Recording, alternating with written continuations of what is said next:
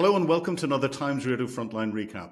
I'm Philip Ingram. I now present Times Radio Frontline and comment on all matters geopolitical, military, security, and anything else that people ask me to comment on. But this week has been a fantastic week for content on Frontline. I urge you to go back and look at all of the videos that are in there, but a few that I want to pick out for you. The first one is with Bill Browder and Diane Francis. Bill and Diane and I have had a fantastic conversation, drilling into Putin's 25 years in office. And actually, within this particular clip that we've got from the 45-minute interview, which I urge you to watch all of it, because there's some real gold dust within the interview. But it's looking at the oil revenue and the impact that oil revenue is having on Putin's ability to continue to prosecute the war. And both Bill and Diane agree that it is impacting, but that given Putin's ability still to export and the fact that some European countries are still buying oil products and using oil products, Russia can still continue to finance its war. However, they did explain that could change if the oil price continues to go down or goes down even further. And we talk about other potential ways of impacting Russia's economic ability to sustain the conflict.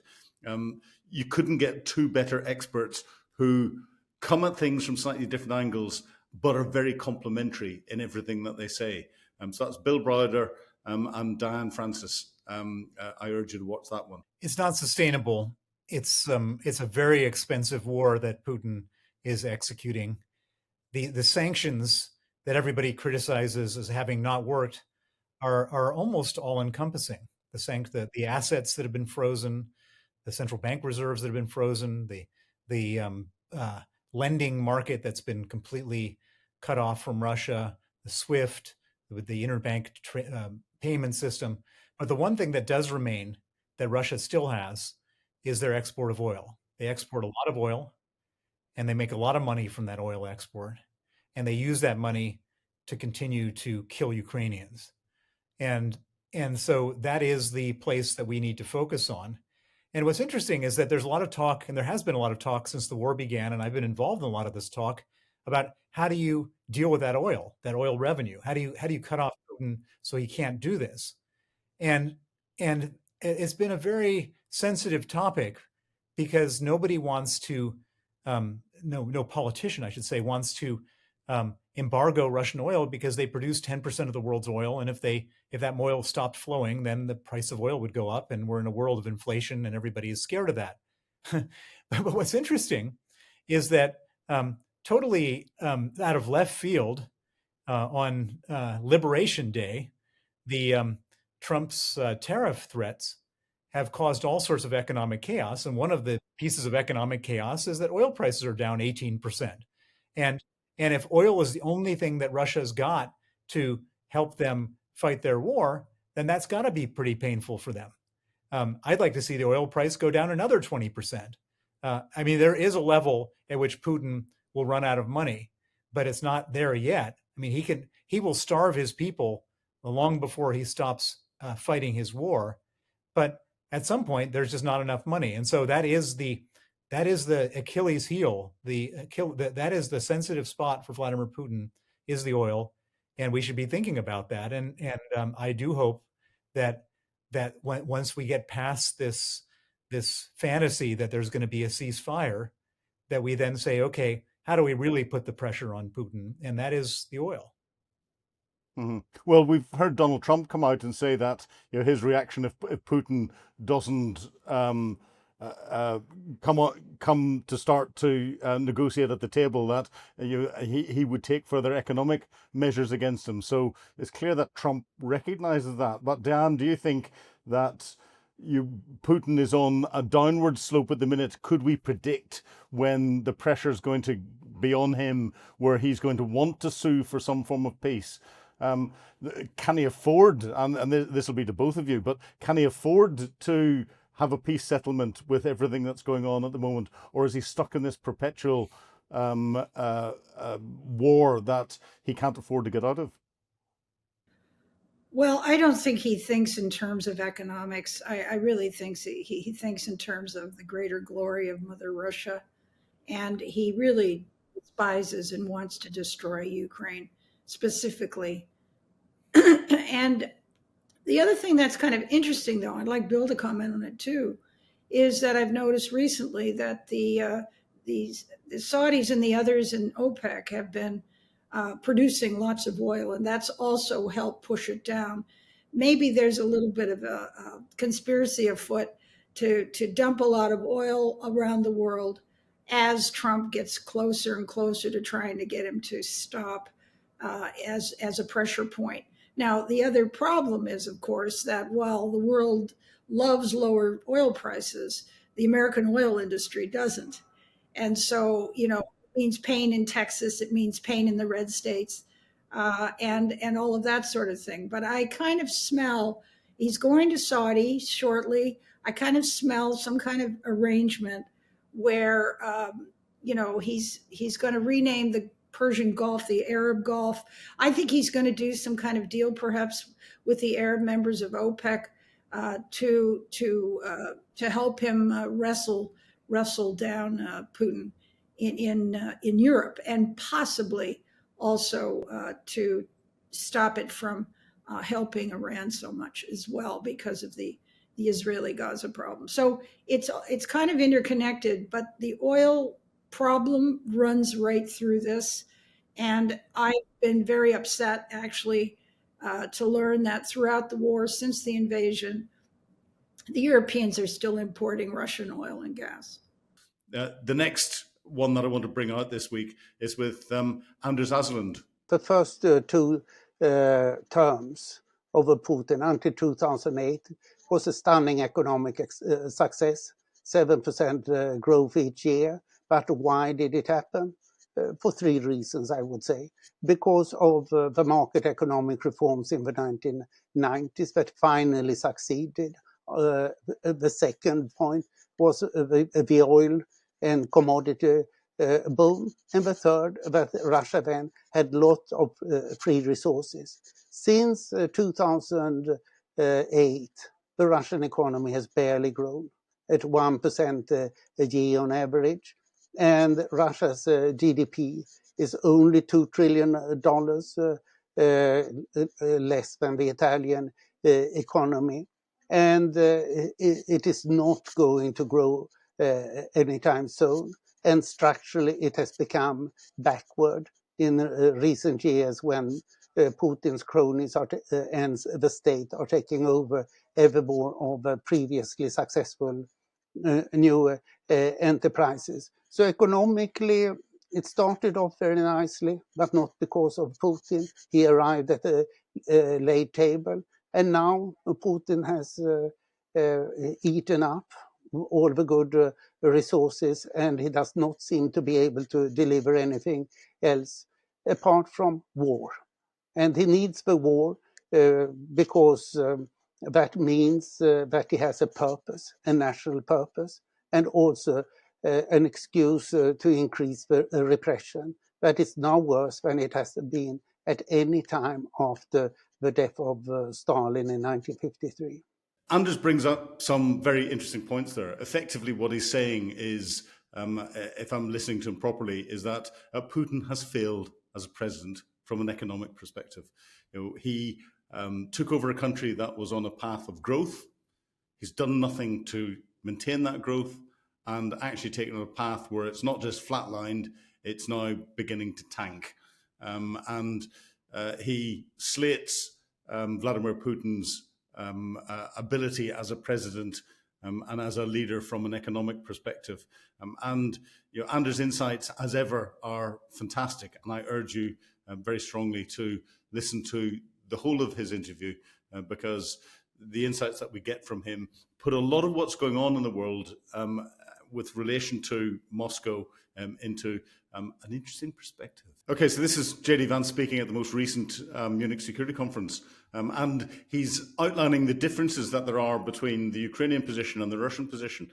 And the one thing that jumps out from here is, if you remember back to JD Vance's stance in the Oval Office whenever he was the attack dog on President Zelensky and seemed to be pushing a pro-Russian line. Here, he is criticizing the Russians for asking for too much. And the reality is the Russians are asking for too much. The Americans have almost given them on a plate everything that they could have wanted, and they come back and ask for more. The Russian Foreign Minister Lavrov only last week came out with a statement to say that he wanted an awful lot more than had been put on the table. This says to me that Vladimir Putin doesn't really want peace. And certainly the first peace offer that the Russians put on the table, our reaction to it was, you're asking for too much, but this is how negotiations unfold. And I wouldn't say, I'm not yet that pessimistic on this, I wouldn't say that the Russians are uninterested in bringing this thing to a resolution. What I would say is right now, the Russians are asking for a certain set of requirements, a certain set of concessions in order to end the conflict. We think they're asking for too much. Okay, and then obviously the Ukrainians matter a lot. They're the other side. They're the other party, at least to the direct conflict. And we have to ask, what is the Ukrainian? What do they need in order to bring this conflict to a successful completion? And we're going to continue to have that conversation. Now, what the president has said is that he will walk away if he thinks he's not making progress. And I think that, about once every 4 or 5 weeks, you will hear some American official or sometimes multiple American officials say, this is a week where we need to make another step. And in particular, the step that we would like to make right now is we would like both the Russians and the Ukrainians to actually agree on some basic guidelines for sitting down and talking to one another. Obviously, the United States is happy to participate in those conversations, but it's very important for the Russians and the Ukrainians to start talking to one another. We think that is the next big step that we would like to take. And why does that matter? The reason it matters is because, again, I mentioned the Russians, but also the Ukrainians have also been sort of, they've put a piece of paper in our hands that says this is what we would need in order to bring this conflict to a successful resolution from our perspective. And there's a big gulf, predictably, between where the Russians and the Ukrainians are, and we think the next step in the negotiation is to try to close that gulf. We think it's probably impossible for us to mediate this entirely without at least some direct negotiation between the two, and so that's what we focus on. A frustration that we've had, frankly, with both sides, is that they hate each other so much that if you have an hour conversation with either side, the first 30 minutes are just them complaining about some historical grievance from 4 years ago or 5 years ago or 10 years ago. Look, I understand it.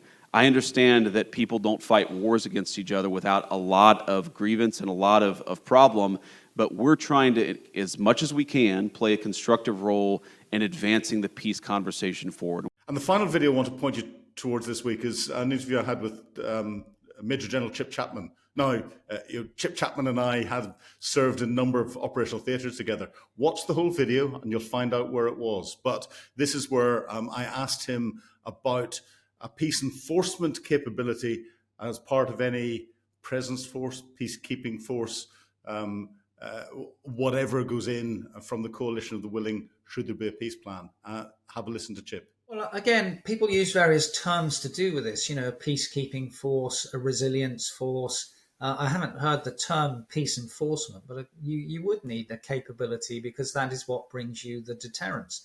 Now, a traditional peacekeeping force is agreed by both sides. It's got consent. It acts in self-defense only and is there to monitor. Now, you probably don't want that in Ukraine, which is exactly why, for example, we went from this posture in NATO of reassurance, because sometimes this has been called a reassurance force, to the posture of deterrence by capability, which is why we had the enhanced forward presence of NATO with the battle groups building up to brigades in Estonia, Latvia, Lithuania, and Poland. So that showed the intent of NATO. Now, the force could only really be inserted once there has been a ceasefire agreed. Now, again, this is one of the problems potentially if America doesn't engage in the same way in terms of negotiations. Because one of the things about negotiations for these sorts of conflicts is they take a lot longer than America tends to think. So, for example, America's only given to the end of May for their negotiations with Iran on the nuclear aspects there. they'll take longer than that, as the JCPOA did. The armistice in Korea took 2 years. It took 5 years in the Treaty of Paris to do Vietnam. So to think you're going to unlock this in short order is being mega optimistic, and that's why someone needs to be engaged. Now, really, the point I'm getting at here is direct negotiations between two sides are not necessarily that great as a determining how you will go for the future, which is why the truce, or the two truces which Russia announced, are asymmetrical, because a ceasefire leading to some sort of peace agreement needs to be symmetrical, agreed by both sides. It needs to be publicly available, the text, and formally agreed, and you need robust monitoring mechanisms. Now, we don't know what those monitoring mechanisms might be if you do insert a coalition of the willing into Ukraine, and what part of Ukraine that might be. Now, General Kellogg has talked about a resilience force. Again, we don't know what that means in military capability terms. He's talked about zones of responsibility in the same way that we probably looked at, how we carved up the West Germany and Berlin after post-45, and the Dnieper as a line of demarcation with a demilitarized zone. All those things are in the mix from Kellogg, but we've not seen those as being a part of any formal negotiations towards a ceasefire.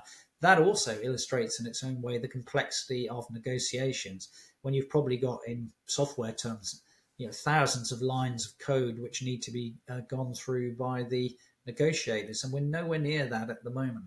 So again, getting Chip's insights, he's been there, seen it, done it, got the T-shirt, and that understanding of there having to be an enforcement capability as part of any presence or other force that is put on the ground in Ukraine. If there is a ceasefire or peace deal, the coalition of the willing is going to have to cough that up. That is going to cause real difficulties in putting it together. It doesn't have to be coughed up necessarily with boots on the ground. You could have an enforcement force that utilizes fixed wing aircraft or utilizes missiles. But there has to be thinking behind it. It has to be backed with capability, and it has to be part of any plan. So thanks for watching this week's recap. I urge you to watch all of the videos because they're fantastic. It's not much time to get in there. But if you want access to exclusive content, please sign up for Times Radio membership. I'm Philip Ingram. Thank you.